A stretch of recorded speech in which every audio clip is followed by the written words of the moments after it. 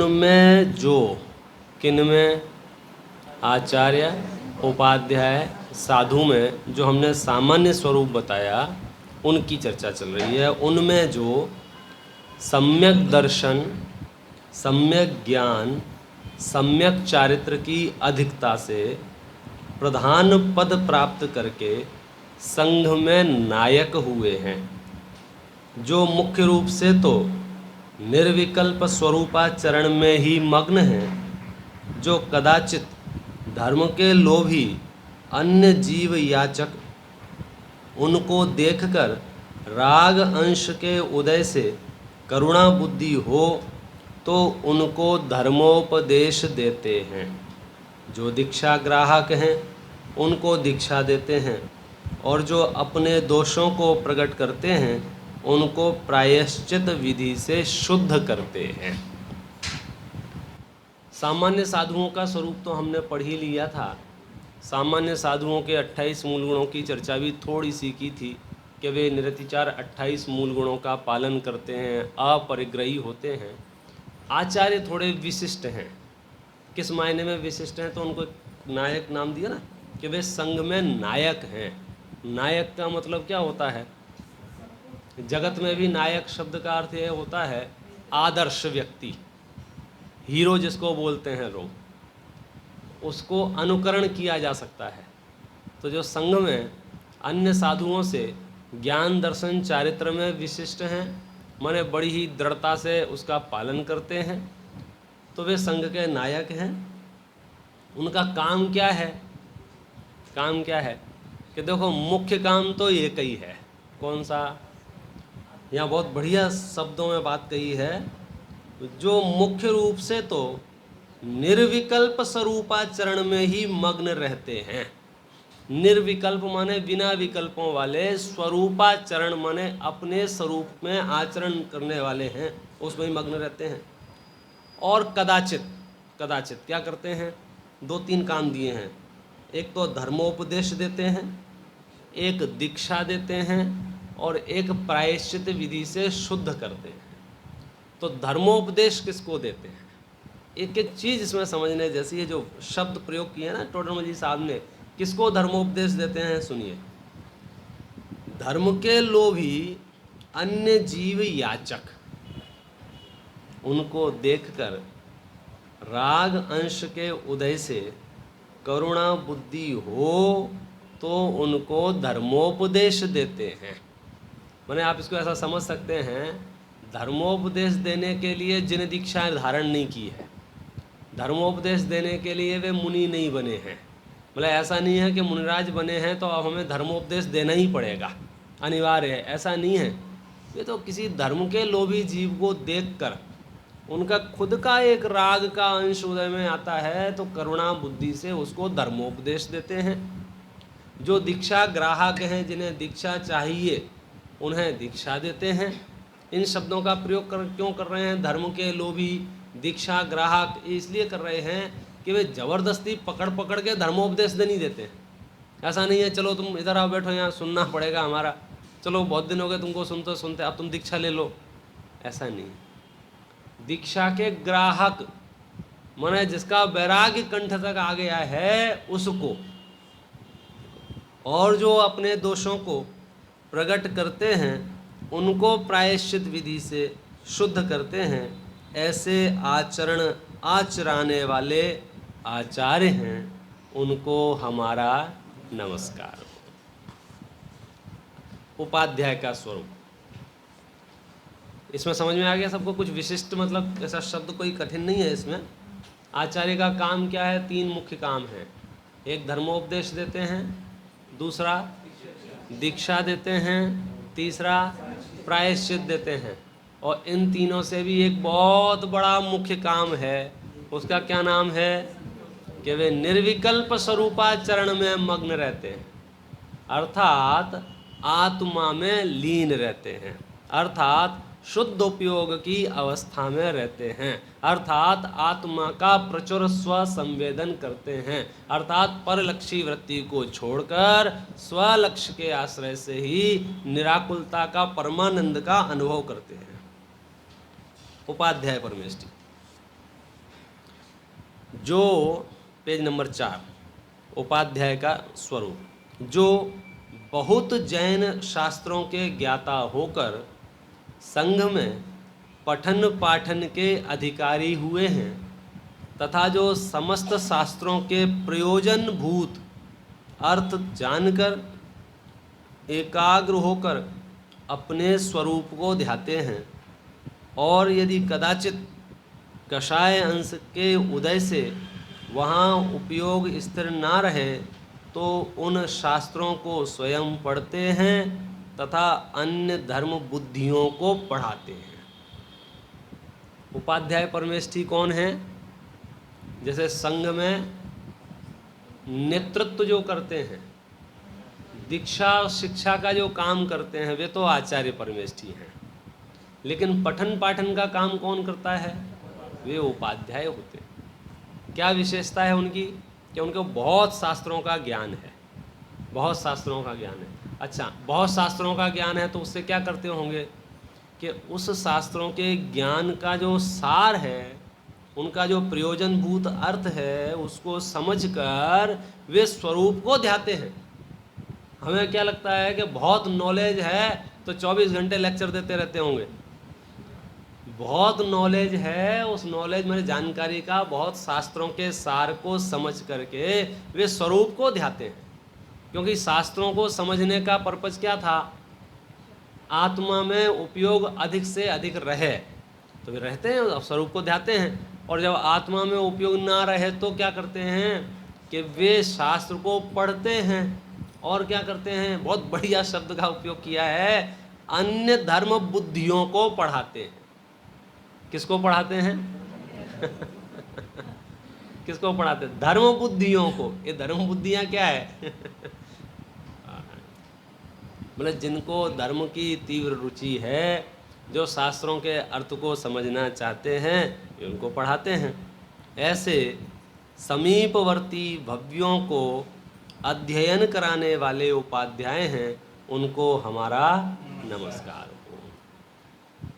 साधु का स्वरूप जी। जैसे उपाध्याय को ये बोला है कि जो बहुत जैन शास्त्रों के ज्ञाता जी, तो आचार्य को क्यों नहीं ऐसा? प्रश्न समझ में आया कि भाई उपाध्यायों को ऐसा लिखा है कि बहुत जैन शास्त्रों के ज्ञाता हूँ, तो आचार्य को क्यों नहीं लिखा है? आचार्य जैन शास्त्रों के ज्ञाता नहीं होते हैं क्या? होते हैं, लेकिन जानकारियों के मामले में, ज्ञान के मामले में आचार्यों से भी अधिक जानते हैं। जानकारी अलग चीज़ है और जो सम्यक दर्शन, सम्यक ज्ञान है, सम्यक चारित्र है, वो अलग है।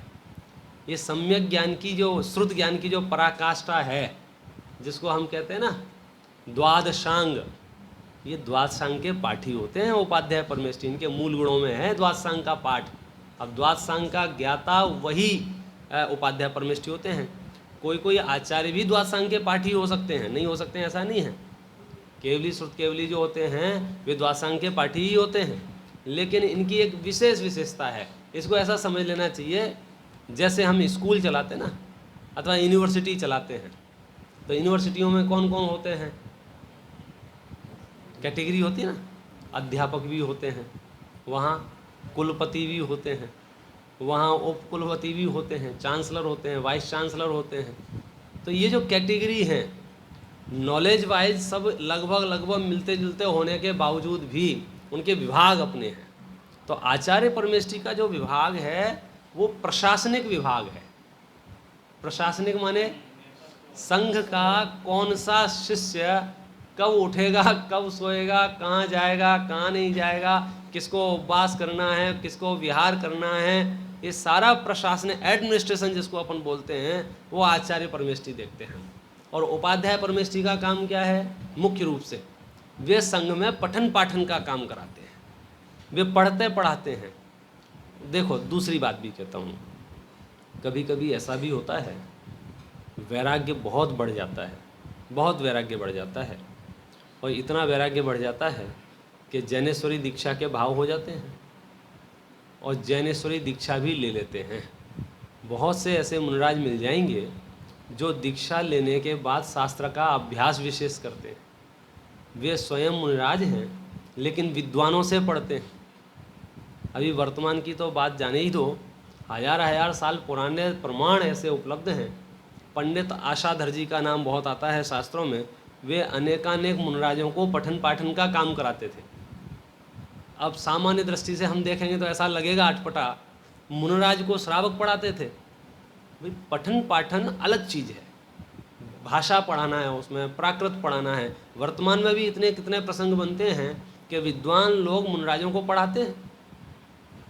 पढ़ना पढ़ाना अलग चीज़ है, वो कहाँ से है, वो भाषा संबंधी ज्ञान है। तो ऐसे ही उपाध्याय परमेष्ठी संघ में सभी शिष्यों को, सभी साथियों को शास्त्रों के अर्थ बताना, गाथाओं के भावार्थ बताना, खास करके एक शब्द का प्रयोग किया था, समस्त शास्त्रों के प्रयोजनभूत अर्थ को जानकर। प्रयोजनभूत अर्थ को जानकर, कई बार हमारे सामने शास्त्र होते हैं लेकिन हम उसके अर्थ ग्रहण करने में असमर्थ होते हैं। इसका मतलब क्या है ये हम नहीं समझ पाते हैं। जैसे लोक में दृष्टांत देते हैं ना, माँ की भाषा अलग होती है और माँ के भाव अलग होते हैं।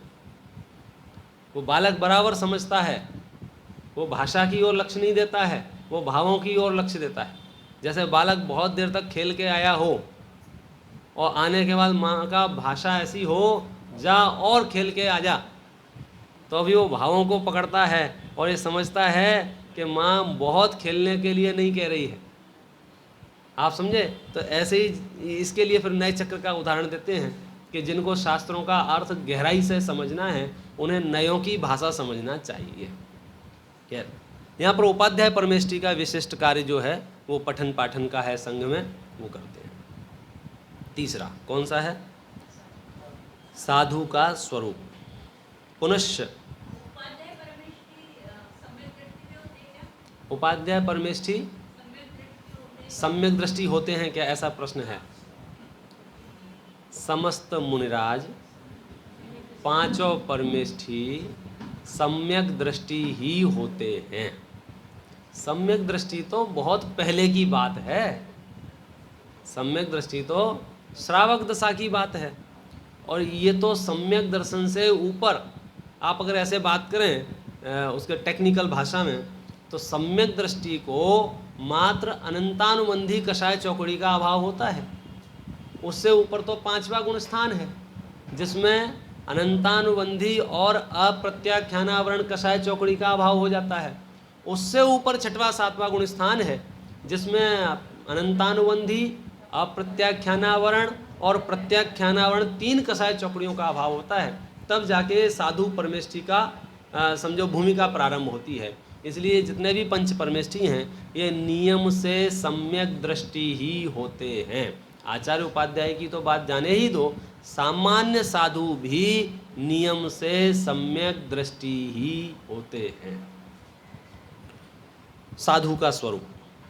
पुनश्च इन दो पदवी धारकों के बिना अन्य समस्त जो मुनि पद के धारक हैं तथा जो आत्म स्वभाव को साधते हैं, जैसे अपना उपयोग पर द्रव्य में इष्ट अनिष्ट मानकर फंसे नहीं व भागे नहीं, वैसे उपयोग को साधते हैं और बाह्य में उनके साधनभूत तपश्चरण आदि क्रियाओं में प्रवर्तते हैं तथा कदाचित भक्ति वंदना आदि कार्यों में प्रवर्तते हैं।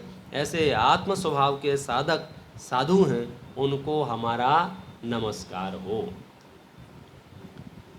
ये जो आचार्य और उपाध्याय ये पद हैं, ये पोस्ट हैं, कौन देता है इनको? कि पूर्व आचार्य, आगामी आचार्य को पूर्व आचार्य उनको संघ में से अपना उत्तराधिकारी जिसको अपन कह सकते हैं, संघ का नेतृत्व करने की क्षमता जिसमें होती है, उनको वो उपाध्याय बनाते हैं, उनको वो आचार्य बनाते हैं। तो जो ऐसी पदवियों के बिना सिर्फ मोक्ष मार्ग साधते हैं वे कौन होते हैं? वे मुनि होते हैं। अब देखना, आचार्य भी साधु हैं, उपाध्याय भी साधु हैं और साधु भी साधु हैं। तो साधु के जो सामान्य लक्षण हैं, मुनिराजों के जो सामान्य लक्षण हैं, वो उन तो तीनों पे ही घटित होंगे। तीनों पे। आचार्य और उपाध्याय में विशिष्टता किस बात की है कि उनके पास थोड़े संघ के दूसरे काम भी हैं। कौन से दूसरे काम हैं? उपाध्याय के पास पठन पाठन का मुख्य रूप से कार्य है और आचार्य भगवान के पास धर्मोपदेश देने का, दीक्षा देने का और प्रायश्चित देने का। उसके पीछे अगर मैं इसकी डिटेल चर्चा करूंगा तो बहुत बड़े महत्वपूर्ण कारण ये हैं कि जब मोक्ष मार्ग में आप आगे बढ़ोगे और 10, 20, 100, 50 संघ साधुओं के संघ में रहोगे तो जब तक कोई एक मुखिया ना हो तो संघ का संचालन व्यवस्थित नहीं हो सकता है, क्योंकि सामान्य व्यक्तियों की अनेकानेक इच्छाएं होती हैं।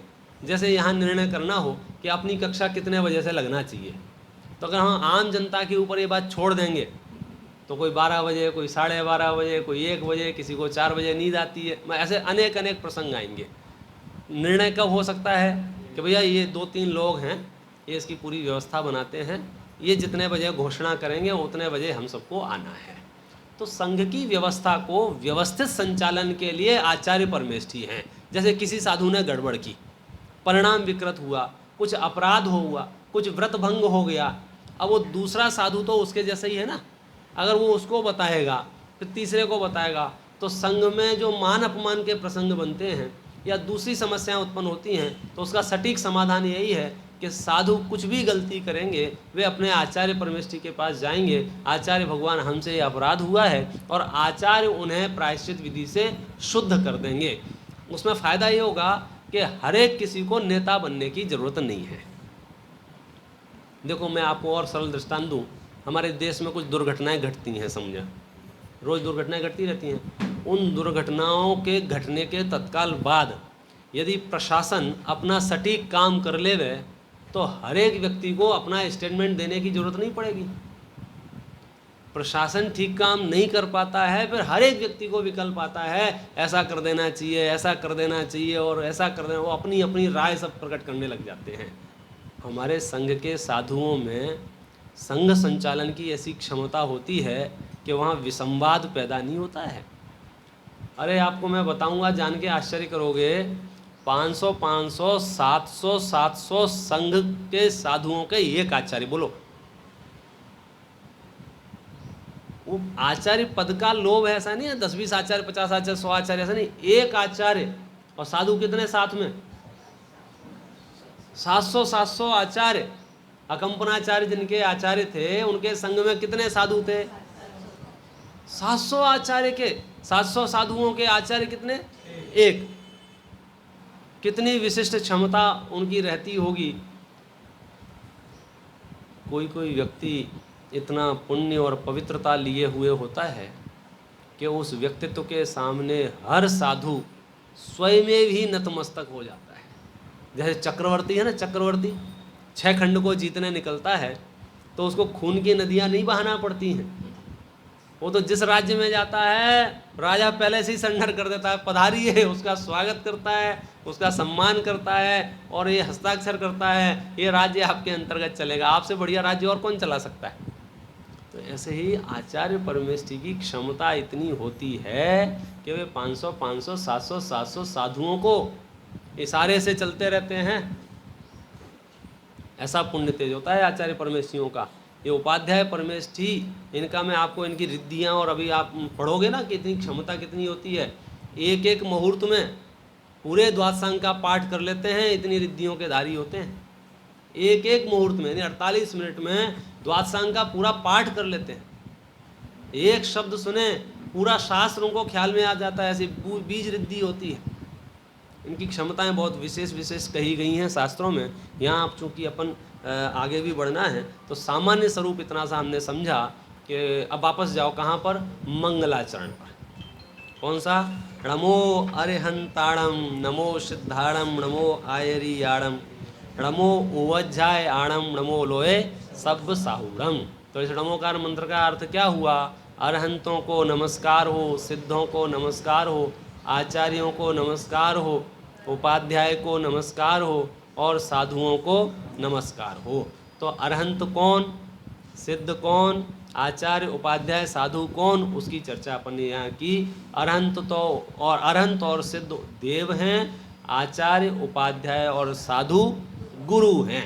ऐसे 5 परमेष्टि को हम 2 भागों में विभक्त कर सकते हैं।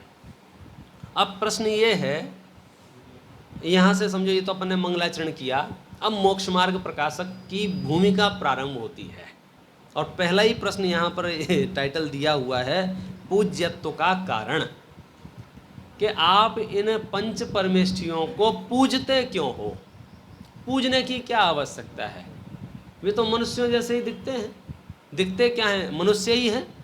आप खुद ही कह रहे हो अरहंत कौन है, सिद्ध कौन है, आचार्य उपाध्याय साधु कौन है, कि जो गृहस्थ अवस्था छोड़कर मुनि धर्म अंगीकार करके निस्वभाव साधन द्वारा 4 घातिया कर्मों का नाश करके अनंत चतुष्टय रूप विराजमान हुए हैं, वे अरहंत हैं। तो मूल में कौन है वे अरहंत, मनुष्य है ना, मनुष्य लोक के ही प्राणी हैं, अरहंत भी, सिद्ध भी, आचार्य भी, उपाध्याय साधु, तो ये सब तो मनुष्य हैं। तो ऐसी क्या वजह है कि मनुष्य मनुष्य को पूजे।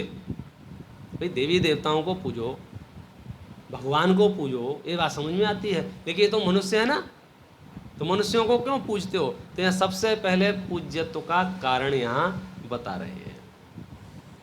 मतलब धीरे धीरे जैसे मोक्ष मार्ग प्रकाश आगे बढ़ेगा ना, आपको रस आने लग जाएगा कि कितनी बारीकी से टोडरमल जी साहब ने निरूपण किया है।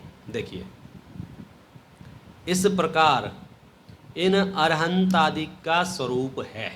ठीक है, स्वरूप समझ गए, स्वरूप, स्वरूप माने सब आ गया उसमें। अरहंतों के स्वरूप की चर्चा की, अरहंत सिद्धों के स्वरूप की चर्चा की, आचार्य उपाध्याय साधु के स्वरूप की चर्चा की। वो स्वरूप कैसा है मालूम है, वह वीतराग विज्ञानमय है। वीतराग शब्द का अर्थ आप समझते ही हो, जिसका राग वीत गया हो, नष्ट हो गया हो। विज्ञानमय माने विशेष ज्ञान में, उसी ही के द्वारा अरहंत आदि स्तुति योग्य महान हुए हैं। किसके द्वारा महान हुए हैं, ये बात मंगलाचरण में कही थी। टोडरमल साहब ने मंगलाचरण किया था ना, क्या कही थी,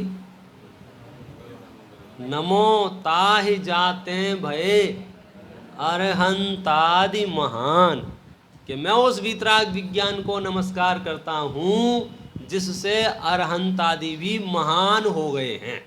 यानी आप समझना, अरहंत आदि से भी महान कौन, कि वो वीतराग विज्ञान जिसकी वजह से अरहंत आदि महान हुए हैं। यदि अरहंत आदि के पास वीतराग विज्ञान ना हो तो क्या होगा, कुछ नहीं, हमारे जैसे होंगे। भाई हम में और अरहंत में क्या अंतर है, अच्छा बताओ। कि भैया उनके पास वीतराग विज्ञान है, वीतराग हैं और विज्ञानी हैं, इसलिए वे महान हुए हैं। देखो, अब लॉजिक से बात करेंगे, क्योंकि जीव तत्व की अपेक्षा तो सर्व ही समान है। पूज्यता का कारण बता रहे हैं।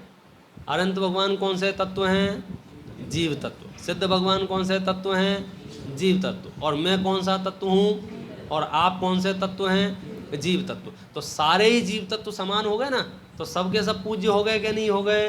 क्या सुनो, समान है, परंतु रागादि विकारों से व ज्ञान की हीनता से तो जीव निंदा योग्य होता है। और देखो, ये हम नहीं कह रहे हैं, ये तो लोक प्रसिद्ध बात है। अब हम जो बात करेंगे ना, अब मैं आपको एक सूत्र बता देता हूँ पूरा मोक्ष मार्ग प्रकाशक पढ़ने का, क्योंकि ये न्याय का ग्रंथ है। न्याय का ग्रंथ है माने यहाँ पर हर एक बात न्याय से सिद्ध की है, ऐसे सिद्ध नहीं की है कि हम कह रहे हैं या हमारे ग्रंथों में लिखा है या जिनवाणी कहती है ऐसा मानना पड़ेगा, नहीं। यहाँ हम हर चीज़ विचार के मानेंगे। जैसे एक जैनाचार्यों का बहुत बढ़िया मंगलाचरण है जो मुझे बहुत पसंद आता है, अपन न्याय के ग्रंथों के साथ में उसको करते भी हैं। वहाँ लिखते हैं, पक्षपातो न मे वीरे न द्वेषः कपिलादिषु।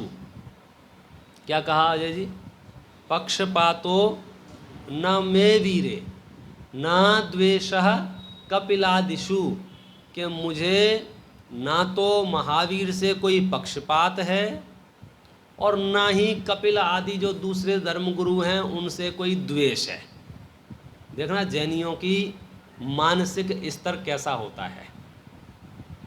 आचार्यों के वाक्य हैं ये, फिर से बोलता हूँ, और ज़्यादा समझना हो तो मैं बोलूँगा, आप रिपीट कर लेना। पक्षपातो न मे वीरे, ना द्वेषः कपिलादिषु। अब आप अर्थ समझ गए होंगे। पक्षपातो न मे वीरे, ना द्वेषः कपिलादिषु। कि भाई मेरा मानसिक स्तर ऐसा है, ना तो मुझे महावीर से देखो कोई पक्षपात है और ना ही अन्य धर्म के धर्म गुरुओं से कोई द्वेष है। तो प्रश्न उपस्थित होता है, तुम किसकी बात मानोगे? तो उत्तर बहुत बढ़िया दिया है, युक्ति मत वचनम यस्य तस्य कार्यः परिग्रह। भैया जिसके वचन युक्ति युक्त होंगे हम उसकी बात मानेंगे। इतनी डेयरिंग कौन कर सकता है कि सिर्फ जो न्याय को मानता हो। आप समझे जैनाचार्यों के वाक्य कैसे हैं, ना मुझे महावीर से कोई पक्षपात है और ना मुझे कपिलादि से कोई द्वेष है। तो जिनवाणी सुनते समय पढ़ते समय हमेशा यह पवित्रता अपने साथ में रखना चाहिए कि ना मुझे इनसे कोई लेना देना है, ना मुझे इनसे कोई लेना देना है। और खोल के बात कहूँ, ना मुझे दिगंबरों से कोई मतलब है, ना श्वेतांबरों से मतलब है, ना मुझे सोनगढ़ियों से मतलब है, ना मुझे दूसरों से कोई मतलब है। मैं मोक्ष में जाने की इच्छा रखता हूँ, मुझे मेरा हित करना है, तो जिसकी बात युक्ति युक्त होगी मैं उसकी बात स्वीकार करूँगा। इतनी पवित्रता यदि आपके पास नहीं होगी तो आप मोक्ष मार्ग में गमन ही नहीं कर पाओगे। आप कहीं ना कहीं वो पंथ संप्रदाय की बेड़ियों में अकड़ जाओगे और बात सुनने से पहले ही आप यह निर्णय कर लोगे, हाँ ये तो स्वामी जी कहते हैं, ये तो कांजी स्वामी की बात है, ये तो सोनगढ़ियों की बात है, ये तो महाराज की बात है, ये तो फलाने की बात है। दिखा ऐसा नहीं है भाई। आप बात सुनो और उस बात का चिंतन करो, और वो बात यदि वीतरागता की पोषक है तो वो मेरी बात है, और वीतरागता की पोषक नहीं है तो भगवान ने भी कही हो मुझे नहीं माननी है। इतनी पवित्रता, इतना दृढ़ श्रद्धान हो तो आपको स्वाध्याय में मजा आएगा। यहाँ प्रश्न उपस्थित किया है, आखिर तुम्हारे भगवान ही पूज्य क्यों हैं? तुम ऐसी जिद क्यों करते हो कि पंच परमेष्टि ही पूज्य हैं? क्यों? उसकी युक्ति सुन लो। पूज्यत्व का कारण, पूज्यत्व का कारण क्या है कि वे अरहंत आदि जो महान हुए हैं वे वीतराग विज्ञानता के कारण हुए हैं। अर्थात यहाँ बहुत बढ़िया बात लिखी है, सुनो। क्योंकि से बात चालू होती है। जीव तत्व की अपेक्षा तो सर्व ही जीव समान हैं, चाहे वो निगोदिया जीव हो, चाहे वो एकेंद्रीय जीव हो, चाहे दो इंद्रिय हो, चाहे हिंदी भाषी हो, चाहे मराठी हो, चाहे गुजराती हो, चाहे खंडेलवाल हो के सेतवाल हो के हाथी हो के घोड़ा हो के बंदर हो के चकवा हो के कछुआ हो, जितने भी जीव तत्व हैं वे सब समान हैं। सुनना, लेकिन रागादि विकारों से व ज्ञान की हीनता से तो जीव निंदा योग्य होते हैं, और रागादि की हीनता से और ज्ञान की विशेषता से स्तुति योग्य होते हैं। अभी हमने धर्म नहीं पढ़ा है, कोई सा भी धर्म नहीं पढ़ा है, सामान्य बात कर रहे हैं। लोक में भी यही निर्णय है ना भाई, जिसके रागादि अधिक हों और ज्ञान कम हो, बोलो जगत में उसकी प्रशंसा होगी या निंदा होगी? रागादि माने क्रोध बहुत करता हो, मान बहुत करता हो, मायाचारी बहुत करता हो, लोभ बहुत करता हो, हास्य रति अरति शोक विकार बहुत करता हो, और ज्ञान उसके पास बहुत अल्प हो, ऐसा जीव बोलो निंदा का पात्र है या स्तुति का पात्र है? अच्छा, जिसके क्रोध कम हो, मान कम हो, मायाचारी कम हो, लोभ कम हो, विकार कम हो और ज्ञान बहुत हो, ऐसा जीव निंदा का पात्र है कि स्तुति का पात्र है? आप निर्णय करो।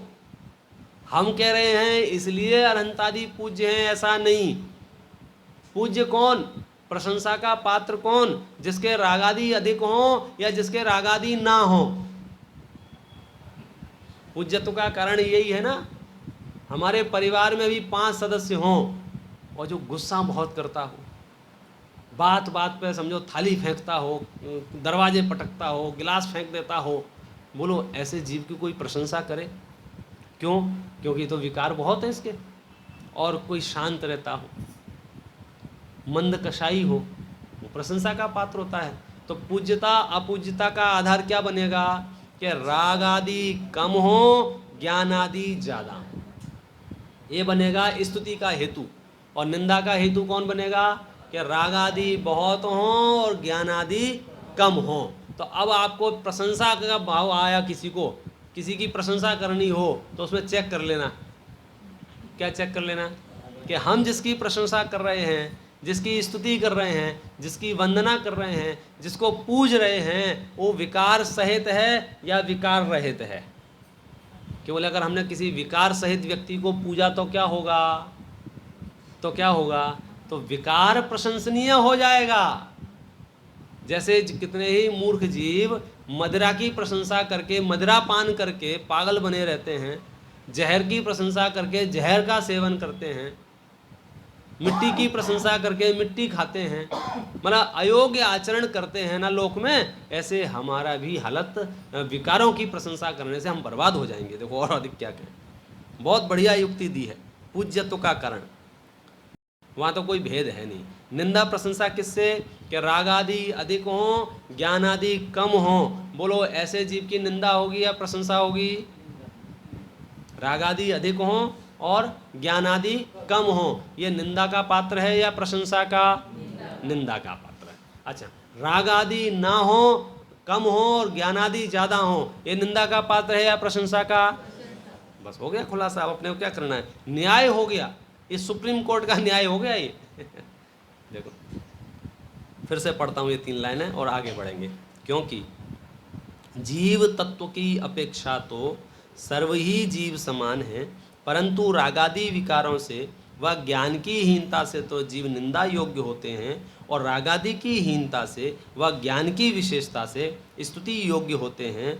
वहाँ अरहंत सिद्धों के तो संपूर्ण रागादि की हीनता और ज्ञान की विशेषता होने से संपूर्ण वितराग विज्ञान भाव संभव होता है। कहाँ कहाँ? अरहंत और सिद्ध तो पूरी तरह से निर्विकार हैं और पूरी तरह से विशेष विज्ञानी हैं, 100% निर्विकारी हैं वे। इसलिए वे तो 100% पूज्य हो गए बिना कुछ दिमाग लगाए ही। और सुनो, आचार्य उपाध्याय साधुओं को भी एक देश रागादि की हीनता और ज्ञान की विशेषता होने से एक देश वीतराग विज्ञान संभव होता है।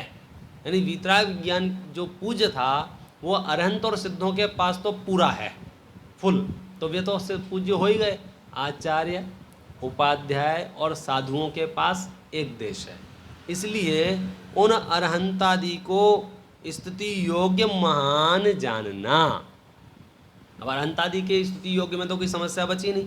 पुनश्च ये जो अरहंतादि पद हैं उनमें ऐसा जानना कि मुख्य रूप से तो तीर्थंकर का और गौण रूप से सर्व केवली का। प्राकृत भाषा में अरहंत तथा संस्कृत में अरहत ऐसा नाम जानना तथा 14वें गुण स्थान के अनंतर समय से लेकर सिद्ध नाम जानना। क्या बता दिया इसमें थोड़े थोड़े में? टाइटल आपको याद है? क्या प्रकरण चल रहा है? पूज्यत्व का कारण। आपने जो ड़मोकार मंत्र पढ़ा, 5 परमेष्ठियों को नाम लिए और नाम लेकर आपने बार बार ये कहा था नमस्कार हो, नमस्कार हो, नमस्कार हो, नमस्कार हो। तो प्रश्न उत्पन्न हुआ क्यों नमस्कार हो? तो आपका जवाब क्या आया? आप पंच परमेष्ठी को क्यों नमस्कार करते हैं? कोई आपको रास्ते में पूछे, घर जाके अपने सब सदस्यों को बता देना। बेटा हो तो बेटे को बता देना, बेटा हम पंच परमेष्ठी को इसलिए नमस्कार करते हैं। दादी हो तो दादी, जो घर के सदस्य हो सबको बता देना कि हम उनको क्यों पूजते हैं। आधार बताओ भैया, बोलो क्यों पूजते हैं? हाँ आप ही बता दो।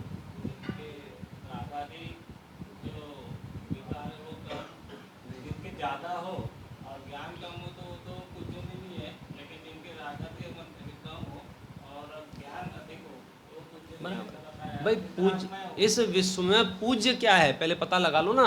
इस विश्व में पूज्य क्या है? तो बोले इस विश्व में पूज्य है वीतराग विज्ञान। पूज्य क्या है? वीतराग विज्ञान। वीतराग विज्ञान माने राग आदि का ना होना और ज्ञान आदि का होना, यह है वीतराग विज्ञान। वीतराग विज्ञान पूज्य है। और अरहंत आदि के पास ये वीतराग विज्ञान है तो वे भी पूज्य हो गए। वे पूज्य क्यों हो गए? क्योंकि उनके पास पूज्यत्व का कारण विद्यमान है। दूध मीठा क्यों हो गया? क्योंकि उसमें शक्कर डली है। सब्जी खारी क्यों हो गई? क्योंकि उसमें नमक डला है। तो ऐसे ही अगर आपको पूज्य बनना हो, देखो बहुत शॉर्टकट है, पूज्य बनना हो तो क्या करें? वीतराग विज्ञानता प्रकट करो। किसी को पूजना हो तो क्या देखना? वीतराग विज्ञान देख लेना। तो अरहंत आदि के पास, अरहंत और सिद्ध के पास तो पूरी वीतराग विज्ञानता है, और आचार्य उपाध्याय साधु के पास एक देश वीतराग विज्ञानता है। हेतु पता चल गया। पुनश्च अरहंत का स्वरूप बता दिया कि अरहंत आदि जो पद हैं उसमें मुख्य रूप से कौन आता है? तीर्थंकर। जब भी हम अरहंत शब्द कहते हैं मुख्य रूप से तीर्थंकरों की चर्चा करते हैं। गौण रूप से सर्वकेवली। सर्वकेवली माने 13वें गुण स्थानवर्ती सब आ गया उसमें। प्राकृत भाषा में अरहंत बोलते हैं और संस्कृत भाषा में उन्हें अरहत बोलते हैं। क्या बोलते हैं? अरहत। और प्राकृत में क्या बोलते हैं? अरहंत। और सिद्ध किसे कहते हैं? कि 14वें गुण स्थान के अनंतर समय से लेकर के, आप समझिए, 13वां गुण स्थान समाप्त हुआ, 14वां गुण स्थान चालू हुआ। वो किसका गुण स्थान चालू हो गया? अयोग केवली का। उसके अनंतर समय से वो सिद्ध अवस्था को प्राप्त हो जाते हैं। पुनश्च जिनको आचार्य पद हुआ हो वे संघ में रहें अथवा एकाकी आत्म ध्यान करें, अथवा एकल विहारी हों, अथवा आचार्यों में भी प्रधानता को प्राप्त करके गणधर पदवी के धारक हों, उन सब का नाम आचार्य है। आचार्य शब्द की और व्याख्या मतलब विशेष क्या है? विशेष देखो, ये अरहंत, सिद्ध, आचार्य, उपाध्याय, साधु किसी व्यक्ति का नाम नहीं है। ये बहुत अपने दर्शन की खासियत है। किसी व्यक्ति को नमस्कार नहीं किया है, ये पद हैं।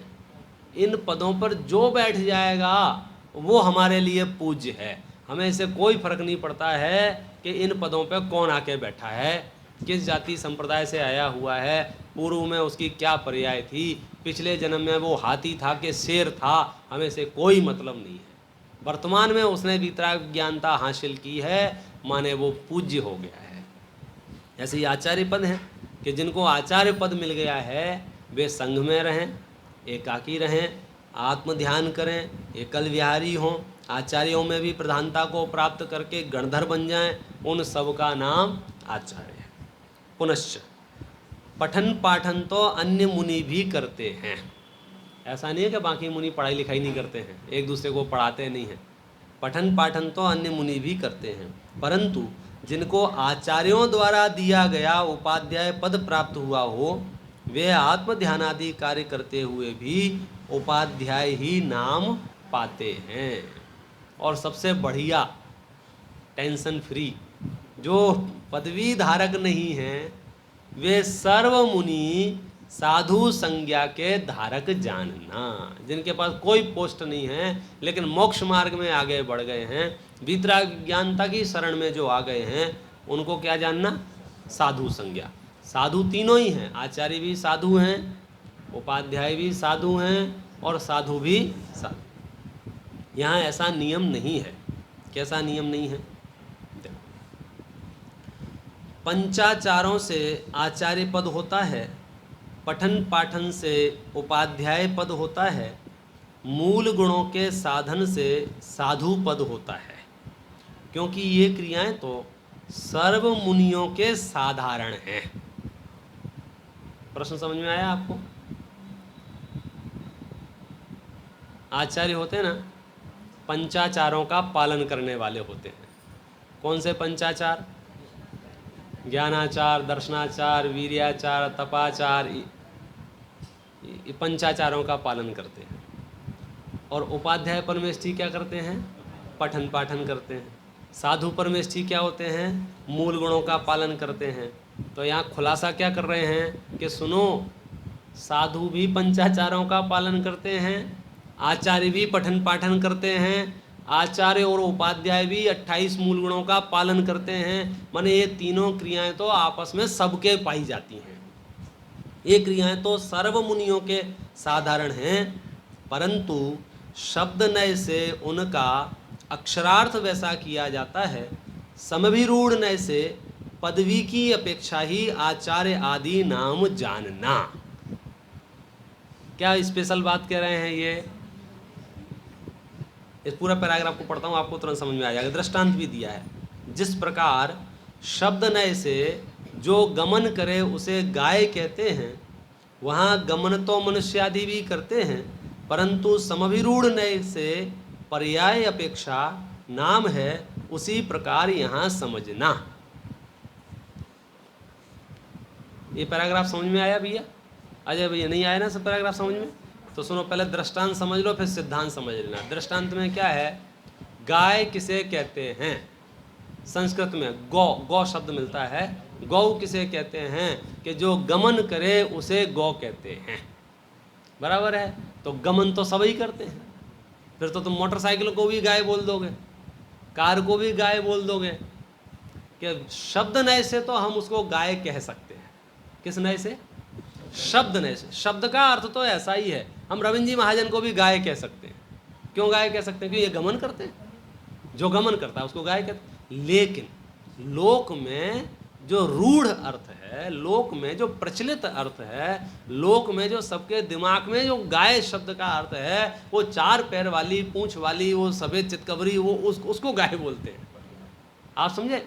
लोक में वो रूढ़ है। रूढ़ीपने से गाय कौन? वो 4 पैर वाली जो दूध देती है। और शब्द नय से गाय कौन? हम सब। तो यहाँ शब्द नय से ग्रहण करना क्या समभिरूढ़ नय से ग्रहण करना? कि प्रकरण विचार के बात करें। तो हमको अगर रोड पे जा रही हो, गाय को हटाओ, गाय को हटाओ, तो पूरे गांव को मत हटाना, अकेली गाय को हटाना, क्योंकि समभिरूढ़ नय से वो गाय है। यद्यपि उसके लक्षण सब में हैं, तथापि लोक में उसको गाय कहते हैं। ये दृष्टांत दिया।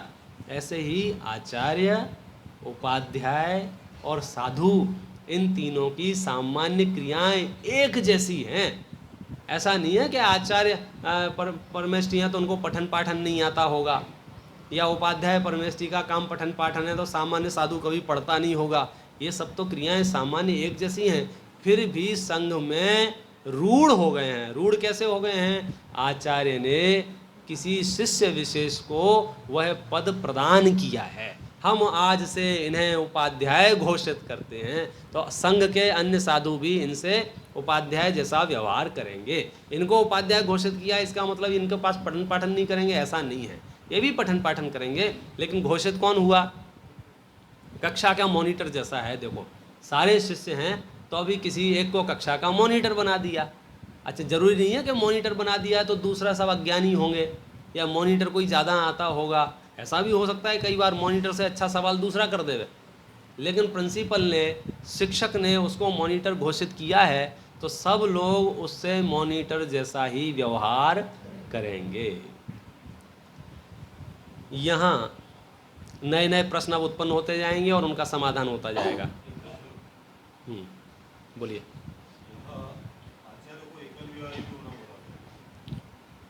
हाँ, आचार्य को एकल विहारी बोना, वो क्या दिक्कत है?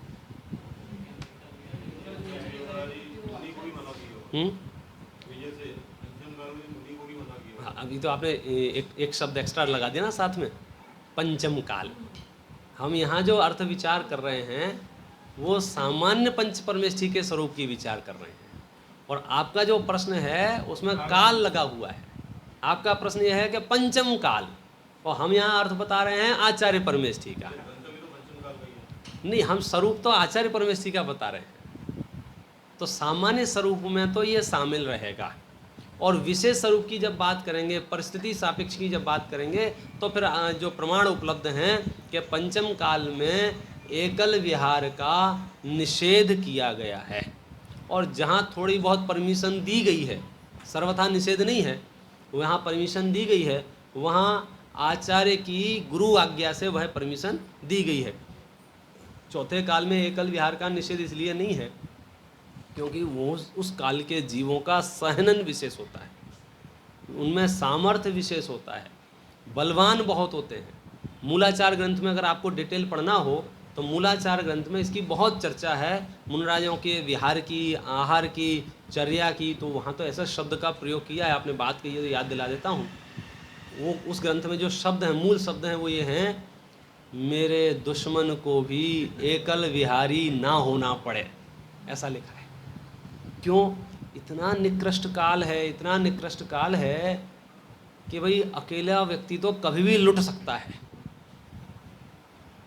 समझे, कभी भी। वहाँ एक गाथा के बाद 10-15 गाथाएं इस बात के सिद्ध करने के लिए लिखी गई हैं कि एकल विहारी क्यों नहीं होना, एकल विहारी का निषेध क्यों किया गया है। अकेले मुनराज जा रहे हैं, विधर्मियों की संख्या अधिक है, वे उनके साथ दुर्व्यवहार कर सकते हैं, जंगल के जानवर, कुत्ते बिल्ली उनको परेशान कर सकते हैं, अन्य आपदाएं आ सकती हैं। सबसे बड़ी संभावना जाहिर की गई है कि कोई बड़ा छोटा साधु साथ में ना होने से शिथिलाचार को बढ़ावा मिल सकता है। भाई मेरे गुरु में, जैसे आज आप देख रहे हैं, मैं कहना नहीं चाहिए, जो बच्चे अपना घर परिवार माँ बाप को छोड़कर बड़े बड़े शहरों में चले जाते हैं, वहाँ क्या होता है उन बच्चों के साथ? तो आपकी भाषा में बच्चे बिगड़ जाते हैं। बिगड़ने का आधार क्या है? वो एकल विहारी हो गया, ना उसको माँ बाप की चिंता है, ना उसको मित्रों की, उसको जवाब नहीं देना ना किसी को।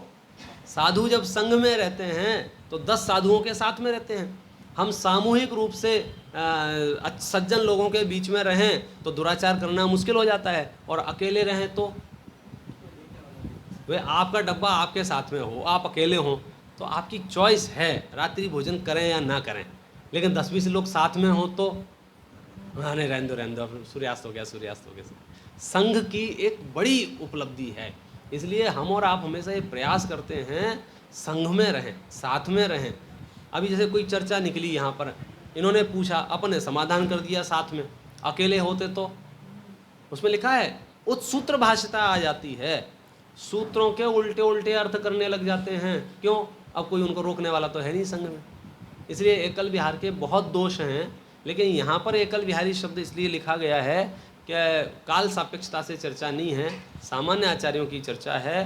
तो चौथे काल के भी आचार्य जो होते थे वे एकल विहारी भी होते थे, संघ में भी रहते थे।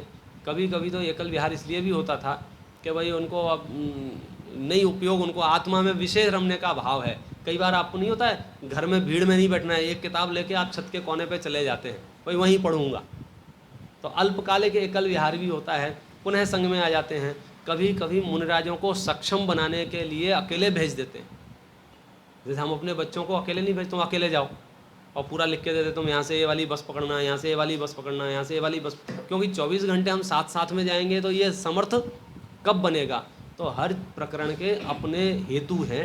यहाँ पर सामान्य चर्चा की गई है, विशेष चर्चा यही है, पंचम काल में साधुओं के एकल विहार का निषेध शास्त्रों में साफ साफ पाया जाता है। दिगंबर परंपरा का सबसे प्राचीन ग्रंथ है मूलाचार, उसकी गाथाओं की चर्चा अपन ने यहाँ पर की है। चलो नेक्स्ट प्रश्न, बहुत बढ़िया प्रश्न उत्पन्न किया है। यहाँ 5 नंबर का पेज आ गया अपना।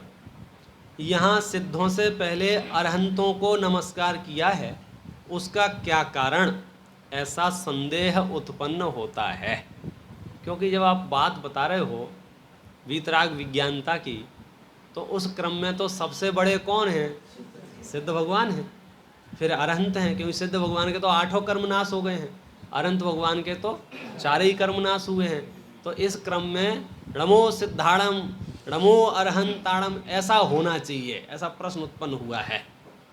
उसका समाधान यह है, नमस्कार करते हैं वह अपना प्रयोजन सधने की अपेक्षा से करते हैं।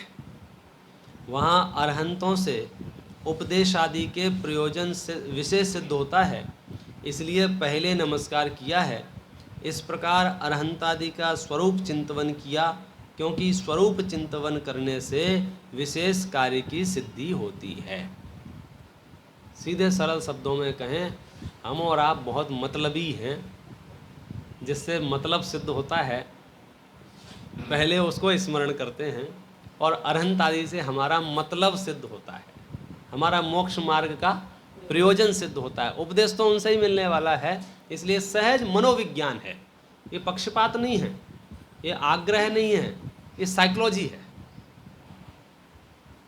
जब यहाँ समझो जैसे आप भोजन करने जाते हैं ना, तो कहीं रसगुल्ले बट रहे हैं, कहीं चावल बट रहे हैं, कहीं पूड़ी बट रही है, कहीं नींव, तो जिसको जैसी रुचि हो वहाँ पहुँच जाता है कि नहीं पहुँच जाता है। तो ऐसी 5 परमेष्ठियों में से उसे सबसे पहले किसका स्मरण आया? अरहंत का। क्यों? क्योंकि उनके द्वारा जो कार्य होता है, धर्म तीर्थ का प्रवर्तन होता है, बहुत सारी विशेषताएं हैं, इसलिए उनसे हमारा प्रयोजन सिद्ध होता है। देखो, पुनश्च इन्हीं अरहंत आदि को पंच परमेष्ठी कहते हैं। क्या कहते हैं इनको? एक एक शब्द का खुलासा आपको किसी ग्रंथ में नहीं मिलेगा। इडमोकार मंत्र का अर्थ चल रहा है। शब्द तो हम बोलते रहते हैं, पंच परमेष्ठी, पंच परमेष्ठी, पंच परमेष्ठी, बच्चा बच्चा बोलता रहता है समाज का, लेकिन पंच परमेष्ठी का अर्थ क्या होता है वो देखो यहाँ लिखा है।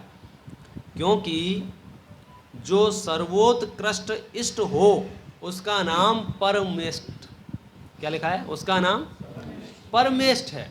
क्या है? परमेष्ठ। परमेष्ठ माने परम इष्ट।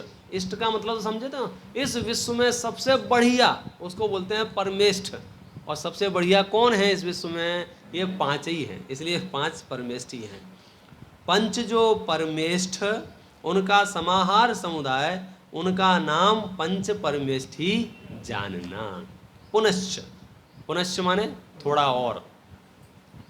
ऋषभ, अजित, संभव, अभिनंदन, सुमिति, पद्मप्रभ, सुपार्श्व, चंद्रप्रभ, पुष्पदंत, शीतल, श्रेयान, श्रेयांश, वासुपूज्य, विमल, अनंत, धर्म, शांति, कुंथु, अर, मल्ली, मुनिसुव्रत, नमी, नेमी, पार्श्व, वर्धमान नाम के धारक 24 तीर्थंकर इस भरत क्षेत्र में वर्तमान धर्म तीर्थ के नायक हुए हैं। गर्भ, जन्म, तप, ज्ञान, निर्वाण कल्याणकों में इंद्रादि के द्वारा विशेष पूज्य होकर अब सिद्धालय में विराजमान हैं, उन्हें हमारा नमस्कार। पुनश्च सीमंधर, युगमंधर, बाहु, सुबाहु, संजातक, स्वयंप्रभ, वृषवानन, अनंतवीर, सूरप्रभ, विशाल कीर्ति, वज्रधर, चंद्रानन, चंद्रबाहु, भुजंगम, ईश्वर, नेमी प्रभु, वीरसेन, महाभद्र, देवयश, अजित वीर नाम के धारक 20 तीर्थंकर पंचमेरु संबंधी विदेह क्षेत्रों में वर्तमान में केवल ज्ञान सहित विराजमान हैं, उन्हें हमारा नमस्कार हो। यद्यपि परमेष्ठी पद में इनका गर्भित पना है, तथापि विद्यमान काल में इनकी विशेषता जानकर अलग से नमस्कार किया है। यद्यपि डमोकार मंत्र में इनको नमस्कार हमारा पहुंच गया था, फिर भी हमने अलग से बताने के लिए याद किया है। पुनश्च त्रिलोक में जो अकृत्रिम जिनबिंब विराजमान हैं, मध्यलोक में विधि पूर्वक कृत्रिम जिनबिंब विराजमान हैं, जिनके दर्शनादि से एक देश धर्मोपदेश के बिना अन्य अपने हित की सिद्धि जैसे तीर्थंकर केवली के दर्शनादि से होती है, वैसे ही उन जिनबिंबों को हमारा नमस्कार हो। मैं तो इन पे चाहूँ तो एक एक पंक्ति पे अपन 1-1 घंटे चर्चा कर सकते हैं। ये क्या बात चली, पता चला आपको? किसको नमस्कार किया? पंच परमेष्ठी के क्रम में 24 तीर्थंकरों को नमस्कार किया, वे तो अब सिद्ध बन गए हैं। फिर वर्तमान में 20 तीर्थंकरों को नमस्कार किया विदेह क्षेत्र स्थित। फिर किसको नमस्कार किया? कि इस तीनों लोक में अकृत्रिम और कृत्रिम जिनबिंब, अकृत्रिम जिनबिंब भी हैं इस लोक में, बने बनाए अनादि काल से, और मनुष्यों द्वारा कृत्रिम जिनबिंब भी हैं, उनको भी नमस्कार हो। उनको क्यों नमस्कार हो? उनमें तो कोई आत्मा है नहीं। कि सुनो, वे जिनबिंब भी एक धर्मोपदेश ही नहीं देते हैं, बाकी सब काम तीर्थंकरों की तरह करते हैं, लिखा है इसमें। जैसे तीर्थंकर केवली के दर्शनादि से होती है वैसी ही होती है सर्व कार्य की सिद्धि। इसलिए जब आप जिन मंदिर में जाएं और जिनेंद्र बिंब को देखें तो आप बिल्कुल ये विकल्प ना करें इनका छोटे हैं, बड़े हैं, काले हैं, हरे, ऐसा भाव और श्रद्धान और आस्था ऐसी होना चाहिए, मानो मैं तीर्थंकर परमात्मा का दर्शन कर रहा हूँ। आप देखना उसके भावों का फल भी फिर वैसा ही मिलता है। और हम सोते सोते पहुँच जाते हैं, भूत कैसी फेरी लगाई बुड़ुम बुड़ुम, तो बोलो ऐसा नहीं। अहो भाव, ये जिनबिंब नहीं है, ये तीर्थंकर हैं, प्राण प्रतिष्ठा जिसको अपन बोलते हैं ना, उनके पंच कल्याणक हुए हैं। स्थापना निक्षेप से हमने उनको केवली घोषित किया है। तत्वार सूत्र में सम्यक दर्शन के कारणों में ये लिखा है जिनबिंब का दर्शन, इसलिए इतनी महिमा है जिनबिंब की अपने यहाँ। ये पंचमेरु संबंधी विधि क्षेत्र में जो लिखा है, ये 20 तीर्थंकर का ही दिया है। हाँ हाँ, तीर्थंकर का 24 जैसे होते हैं, 20 का ये है। तीर्थंकर कितने होते हैं? 24। 24। और यहाँ कितने दिए हैं? 20। ये 4 इन्होंने कम कर दिए, यही चक्कर रहता है। बोलो भाई। नहीं कोई बात नहीं, कोई बात नहीं। देखो अब हम वर्ल्ड टूर पे निकले हैं, वर्ल्ड टूर पे निकले हैं। सबसे पहले हमने 24 के नाम लिए, वो तो अपन ने भरत क्षेत्र के नाम लिए। फिर यहाँ के तीर्थंकर जो वर्तमान काल में होते हैं वे तो सिद्ध बन गए। फिर हमको याद आया कि नहीं नहीं, यहाँ से थोड़ी दूर विदेह क्षेत्र में आज भी 20 तीर्थंकर विद्यमान हैं। फिर हमने वहाँ के तीर्थंकर, वहाँ 20 ही होते हैं, विदेह क्षेत्र में 24 नहीं होते हैं, वहाँ 20 तीर्थंकर ही होते हैं। चलो, फिर हमने जिन बिंबों को नमस्कार किया।